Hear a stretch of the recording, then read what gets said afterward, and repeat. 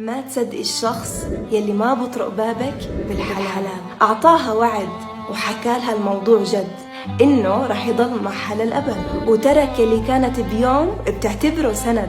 عانت معاناة وعياط ونكد واكتئاب وحزن وهموم زي السد، ودموع زي قطرات السحاب على الخد. هذا هو الحب بمجتمعنا، وهذا هو الجد. يلي بده إياكي وبحبك بيجيكي من الباب. إذا بحبك جد ما رح يكون الموضوع لإله ضياع خراب. بحكي لك بحبك وبدي منك ضمه، هذا كذاب وأبدا انت مش همه. بس مع الأسف هو ذكر ورجولته مجرد اسم، انه يشوفك مجرد شهوة وجسم. لو بحبك بصدق كان خاف الله فيكي. اصحي يا هبلة. ترى منوب عليك.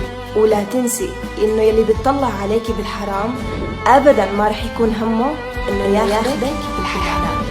سلام. لايكي